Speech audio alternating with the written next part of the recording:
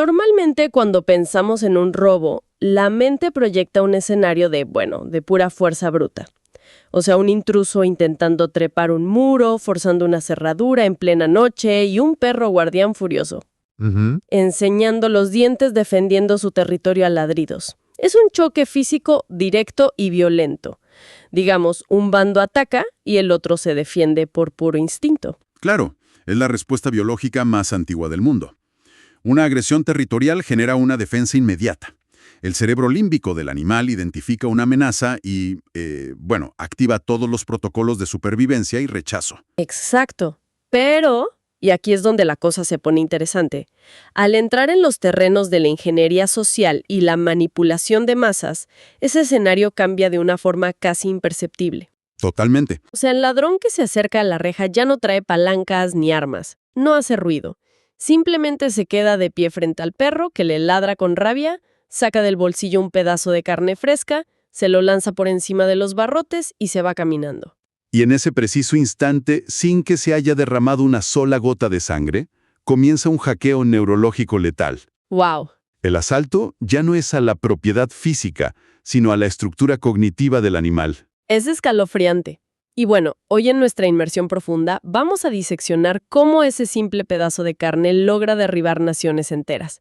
Para quienes nos escuchan, estamos analizando un documento verdaderamente fascinante titulado La teoría del perro bravo, método psicológico de sometimiento social, escrito por Carlos M. Castro. Así es. Y quiero aclarar desde ya que nuestra misión hoy no es hablar de política, para nada. La idea es ponernos la bata de laboratorio y mirar los cables sueltos de la mente humana. Estoy lista para explorar la psicología clínica detrás de la manipulación a gran escala, el trauma colectivo y cómo se puede reprogramar a una sociedad entera para que aplauda a su captor. Y es un punto crucial antes de desarmar esta teoría. El documento utiliza la historia reciente de Venezuela como su caso de estudio, refiriéndose a ella literalmente como un laboratorio de ingeniería social. Y es imperativo establecer para nuestra audiencia que nuestro análisis es estrictamente clínico. 100%. O sea, no estamos aquí para emitir juicios políticos, ni validar ideologías, ni tomar bandos. Nuestro trabajo, y de lo que estoy muy convencido, es aislar las variables, reportar de manera imparcial el texto de Castro y analizar los mecanismos psicológicos que transforman a una población. Claro, la política se queda fuera del estudio. Si volvemos a la reja de esa casa, el texto plantea que el ladrón repite la acción día tras día. El perro ladra, el ladrón lanza la carne, el perro come. Y se repite el ciclo. Y al cabo de unas semanas ocurre una mutación aterradora. El instinto de defensa desaparece por completo. O sea, el perro ya no percibe al intruso como una amenaza existencial, sino como la única fuente de bienestar en su vida. Cambia los ladridos furiosos por una sumisión alegre. Exacto. Moviendo la cola ante quien viene a desvalijar la casa. La traslación de esa imagen a una escala humana es donde el análisis clínico se vuelve, fascinante y a la vez oscuro. Cuando esta dinámica se saca del patio trasero y se aplica sobre millones de ciudadanos, deja de ser adiestramiento canino y se convierte en un arma psicológica de control masivo. Una locura. El individuo, al igual que el perro, pasa del instinto natural de protesta y rechazo a una sumisión pasiva y, eventualmente, agradecida. Bueno, vamos a desempacar esto, porque hay que detenerse en esa transición. El salto de lanzar piedras en una protesta a hacer una fila de 8 horas para recibir una bolsa de comida del mismo gobierno contra el que se protestaba no ocurre por arte de magia. No, para nada. Entonces, ¿qué pasa en el cableado neurobiológico de un ciudadano para que el cerebro acepte esa sumisión? El documento lo enmarca en una aplicación clínica masiva del condicionamiento operante, que, para recordar un poco a Skinner y el conductismo, la premisa es que toda conducta humana se modifica en función de sus consecuencias. El clásico premio y castigo. Exactamente. Cuando el Estado opresor se asocia de manera sistemática con un estímulo vital de recompensa, en este caso el subsidio alimentario o la dádiva estatal. La carne del perro. La carne, exacto. El cerebro comienza a reescribir sus asociaciones de peligro. La rebeldía natural se va apagando porque el sistema nervioso central aprende que el silencio y la docilidad garantizan la ingesta de calorías. Entiendo el mecanismo, de verdad que sí. Pero como psicóloga me cuesta creer que la racionalidad humana sea tan frágil. Estamos hablando de ciudadanos adultos, Ujú. con valores, ética, pensamiento crítico, un sentido de justicia muy arraigado. O sea, todo eso simplemente se evapora frente a una bolsa de alimentos. No es que se evapore, es que se suprime biológicamente por el hambre prolongada. O sea, a nivel neurobiológico, la psique humana se convierte en un campo de batalla entre dos estructuras principales. A ver, Por un lado está la corteza prefrontal. Ahí reside el pensamiento abstracto, la planificación a largo plazo, la moralidad, los ideales democráticos. y la capacidad de rebelión, supongo. Lógicamente. Pero por otro lado, operando en lo más profundo está el sistema límbico, que es la parte más primitiva del cerebro, encargada de gestionar el miedo, la supervivencia inmediata y los instintos más básicos. O sea, un duelo directo entre la necesidad de libertad y la necesidad de glucosa. Y adivina quién gana. El sistema límbico siempre gana cuando los recursos son escasos. Cuando el cuerpo entra en privación calórica extrema, la corteza prefrontal literalmente se queda sin energía. ¡Wow! El sistema límbico toma el volante de la conducta humana enviando una única directriz innegociable, que es sobrevivir hoy. Y esa urgencia biológica crea una desensibilización sistemática ante la pérdida de derechos civiles. Claro, el ciudadano no abandona sus ideales en una sola tarde. No, es un desgaste diario donde la indignación se diluye en habituación. Es decir, la mente construye una especie de, digamos, sumisión positiva.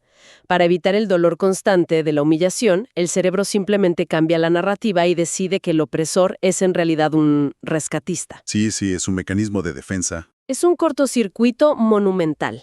El impulso natural de defender el territorio es reprogramado por un código de supervivencia que te dicta que morder la mano que te quita todo es un error fatal. Un error fatal si esa misma mano te devuelve migajas para sobrevivir. Exacto. Y ese es el corazón de la indefensión aprendida a nivel social. La víctima asocia irremediablemente su supervivencia con la voluntad del agresor, cerrando el ciclo del condicionamiento. Pero a ver, aquí encuentro una falla en el plan del ladrón. Si volvemos a la metáfora del inicio, si la reja de la casa está abierta y el perro puede salir a cazar liebres o buscar su propia comida en la calle, el pedazo de carne que lanza el intruso pierde todo su valor. Claro. El condicionamiento se cae a pedazos si existe independencia de recursos. Y ahí diste en el clavo. Esa es la clave que articula la fase 1 del documento. El condicionamiento operante de este nivel requiere monopolio. Ujú. El autor describe cómo se ejecutó en este laboratorio social una destrucción estratégica y muy calculada del entorno económico independiente. Cerrar la reja, básicamente. Exactamente. A través de expropiaciones masivas, controles de precios y la pulverización del salario formal, el Estado desmanteló el aparato productivo. El objetivo no era otro que cerrar la reja para que el perro no tuviera a dónde ir. O sea, no fue incompetencia administrativa como a veces se reporta. Fue demolición controlada. Es el equivalente, y esta analogía me parece brutal, a romperle las piernas a un hombre sano en la calle para luego aparecer con unas muletas del Estado ¿Sí? y exigir que se arrodille a dar las gracias por el milagro de poder caminar a medias. Esa analogía de las muletas ilustra perfectamente el concepto de secuestro de la autonomía. Si analizamos esto bajo la lente de la psicología del desarrollo y la famosa pirámide de Maslow, las consecuencias para la salud mental colectiva son devastadoras. Totalmente. Un adulto funcional, en una sociedad sana, dedica su energía mental a las partes medias y altas de esa pirámide. Busca reconocimiento, éxito profesional, autorrealización. Escribir un libro, fundar una empresa, construir un proyecto de vida, vaya. Precisamente.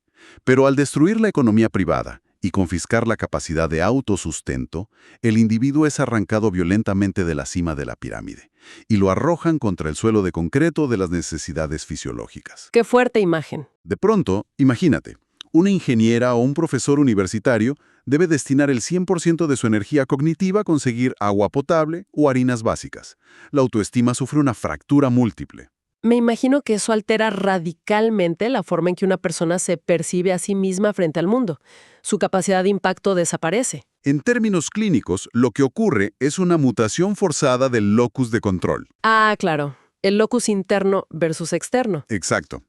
El locus de control interno es la creencia fundamental de que las acciones propias determinan los resultados de tu vida. Si estudias, si trabajas, si ahorras, avanzas. todo eso refuerza la autoeficacia. Pero el laboratorio social te impone un locus de control externo absoluto. Absoluto. El ciudadano despierta un día y descubre que madrugar para trabajar duro no hace ninguna diferencia. Pagar las cuentas o alimentar a la familia ya no depende del talento propio, sino del capricho gubernamental. De los programas de racionamiento. Sí, el individuo se vuelve un pasajero pasivo en su propia existencia. Es la aniquilación total de la autoeficacia. Y fíjate que cuando logras comprimir a toda la población en ese estrato básico de supervivencia biológica, llegamos a una zona muy oscura de este análisis. La fase 2. Exacto. Entramos en la fase 2 del texto, donde el Estado institucionaliza esa dependencia. Ya no se trata de quitar oportunidades, sino de establecer los únicos canales por los cuales fluye la vida. El documento detalla sistemas de distribución de cajas de alimentos. O la entrega de bonos. Sí, a través de plataformas que exigen el registro de datos biométricos. Es que es la biometría a cambio de calorías. Clínicamente, esto saca la relación ciudadano y Estado del ámbito político y la sumerge en la psicopatología pura y dura. Es muy denso esto. Al instituir estas plataformas obligatorias para acceder a la alimentación mínima, o sea, no se está comprando lealtad ideológica genuina, se está forjando un vínculo traumático masivo. Y esa es la pregunta que inevitablemente surge al leer esto. Porque vemos imágenes de personas haciendo filas interminables bajo un sol ardiente para escanear un carnet del gobierno. ¿Podemos catalogar eso, clínicamente hablando, como un síndrome de Estocolmo a nivel social? ¿O es puramente una actuación biológica de supervivencia? Existen paralelismos sin duda, pero el síndrome de Estocolmo tiene matices que debemos separar con cuidado. A ver. En un secuestro clásico, la víctima llega a desarrollar un afecto real e inconsciente por su captor. Como un muro de contención emocional. Exacto, contra el terror de ser ejecutada. Pero en este laboratorio social, lo que prima es el pavor a la exclusión. El apego traumático nace porque el Estado tiene el monopolio de las llaves de la despensa nacional. O sea, si contradices al Estado, no te enfrentas a un debate de ideas, te enfrentas al hambre física. Y el cerebro humano hará casi cualquier cosa para evitar el hambre física. Por ende, la mente colectiva se protege del quiebre emocional racionalizando la sumisión.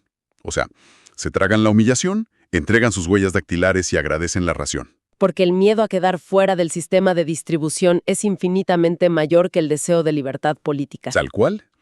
El agresor no necesita que la población crea en sus manifiestos ideológicos.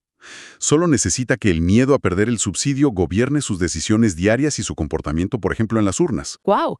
Pero hay una fisura enorme en toda esta arquitectura de control. Y el documento de Castro la aborda en la fase 3. ¿Sí? ¿La escasez del propio ladrón? Exactamente. Volviendo a la reja de la casa, ¿qué pasa cuando el ladrón sofisticado se queda sin dinero para comprar la carne? Un escenario muy probable. Porque este nivel de destrucción económica y corrupción suele garantizar que los recursos se agoten. Los subsidios fallan, las cajas de comida llegan vacías, el sistema eléctrico colapsa. Al desaparecer la recompensa, la lógica indicaría que el perro debería volver a ladrar, ¿no? Debería. El instinto de defensa tendría que reactivarse de inmediato ante el dolor continuo. Debería, si no fuera porque los arquitectos de esta ingeniería aplican un contraataque clínico brillante, aunque perverso, conocido como disonancia cognitiva. A ver, explícanos cómo encaja ahí. Cuando el estímulo positivo desaparece y es reemplazado por apagones, sed y miseria extrema, el régimen sabe que la tensión social va a generar ira, y para evitar que esa rabia justificada los devore, despliegan el principio de la transposición. Y construyan minuciosamente la figura del enemigo externo. Exactamente. La creación de un fantasma narrativo. Las famosas guerras económicas, los bloqueos internacionales, el sabotaje extranjero. Desde la psicología, este es un rescate de emergencia para la psique ciudadana. La mente de la persona sometida se enfrenta a una contradicción letal. ¿El conflicto interno? Claro, el cerebro dice, el gobierno que me provee los alimentos que necesito para vivir es el mismo gobierno que destruyó el país y me tiene sumido en la miseria. Es una paradoja insoportable. El cerebro rechaza esa disonancia porque sostener dos realidades tan opuestas genera un sufrimiento psicológico enorme, insostenible en el tiempo. O sea, la mente necesita una válvula de escape para no fracturarse por completo. Y la válvula de escape que el régimen ofrece es el mecanismo de proyección. El aparato propagandístico inunda el espectro cognitivo con un mensaje muy claro y repetitivo. El Estado no te está matando de hambre. Es el imperio extranjero que bloquea los barcos con tu comida. ¡Qué locura! Y el ciudadano, ya desgastado biológicamente por todo lo que hablamos antes, toma esa narrativa como un salvavidas mental. Exacto. Le permite canalizar toda esa ira hirviente hacia un chivo expiatorio inalcanzable. Es una manipulación macabra, de verdad, porque desvía la mirada de la víctima en el momento exacto de mayor vulnerabilidad. Al externalizar la culpa, el régimen logra algo casi impensable: se mimetiza con la víctima. Es el truco final. El opresor se baja del pedestal y se sienta en el barro junto al ciudadano, declarando que ambos son mártires del mismo enemigo invisible. O sea, el carcelero exige compasión. Se secuestra la empatía ciudadana. El mecanismo de defensa se completa cuando el Estado se percibe como el escudo protector frente a la agresión externa. Ya. Ya no se reclama la falta de electricidad al ministerio correspondiente, sino que se asume como una herida de guerra, digamos, infligida por potencias extranjeras. Y la ira queda estéril flotando en el vacío. Exacta. Lo cual nos empuja hacia el diagnóstico final que presenta Carlos M. Castro en su texto.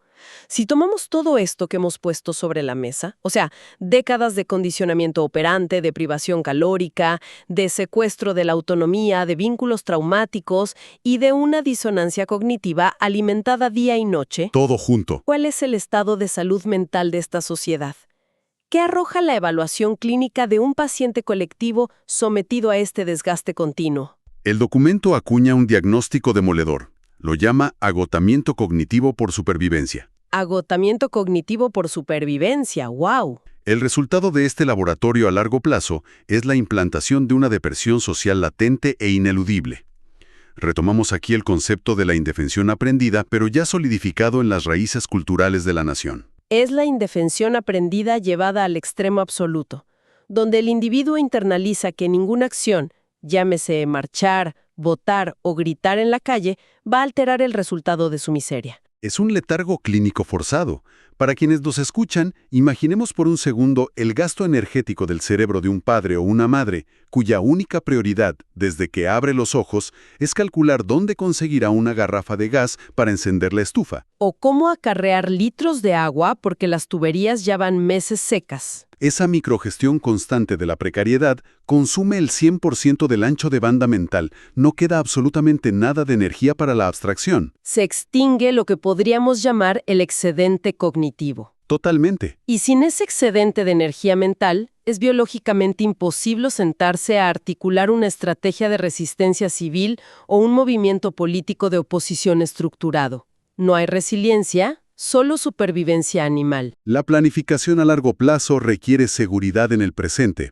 Al mantener a la población en un estado permanente de emergencia de baja intensidad, el autoritarismo moderno se asegura de que el tejido social carezca del combustible neurológico para la rebelión. Claro. La disidencia muere de cansancio antes de siquiera nacer. Es una muerte silenciosa de libre albedrío, ejecutada a plena luz del día. Y resalta una tesis escalofriante de este documento, y es que las tiranías del siglo XXI ya no dependen de genios militares llenos de medallas, No. ni de discursos utópicos buscando adhesión ideológica genuina. Dependen de ingenieros sociales. Sí, burócratas. Burócratas que operan como técnicos de un gran tablero, ajustando las perillas del hambre, el miedo, la luz eléctrica y la desesperanza con una precisión casi quirúrgica. Y por eso la relevancia de este análisis trasciende cualquier frontera geográfica.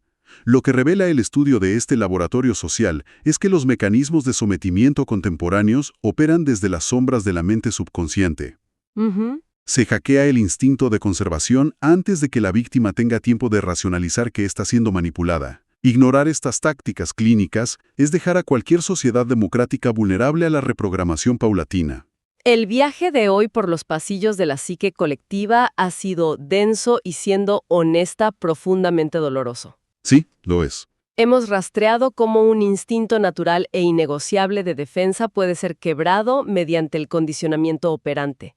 De pequeñas dádivas, hemos visto cómo destrozar la economía de una nación no es un daño colateral o un accidente, sino el paso estrictamente necesario para arrojar a los adultos funcionales al sótano de la pirámide de Maslow. Secuestrando su autonomía por completo. Desglosamos esa sumisión biológica, ese vínculo traumático sostenido por el terror a la inanición, y llegamos al diagnóstico final de un agotamiento cognitivo que aniquila la capacidad humana de pensar en el mañana.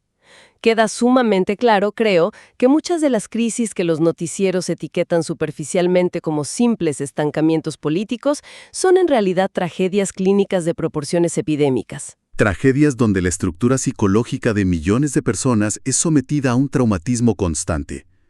Entender las dinámicas del trauma y la escasez es el único lente válido para descifrar este tipo de ingeniería social, demostrando que las soluciones no pueden ser meramente discursivas o teóricas cuando el daño infligido es de naturaleza neurológica y conductual. Y es precisamente esa noción de daño neurológico la que quiero dejar flotando al cierre de nuestra inmersión profunda. Para quienes sintonizan, pensemos de nuevo en la imagen del perro guardián que abría nuestra charla. Ese ser vivo, que en su estado natural era libre, feroz e independiente, y que terminó arrastrándose en el polvo, moviendo la cola por un pedazo de carne entregado a través de los barrotes de su propio encierro. Si los ingenieros sociales son capaces de reprogramar la mente de una sociedad entera hacia esta sumisión biológica, utilizando la maquinaria de la escasez durante décadas, la gran pregunta es, ¿qué pasará cuando las rejas finalmente se abran? Es una gran incógnita. ¿Cuántas generaciones y qué dimensiones de terapia colectiva masiva serán necesarias para revertir ese profundo daño cognitivo y devolverle a toda una nación la capacidad y el coraje de volver a caminar sin las muletas del Estado? Una pregunta sumamente inquietante para reflexionar en los próximos días.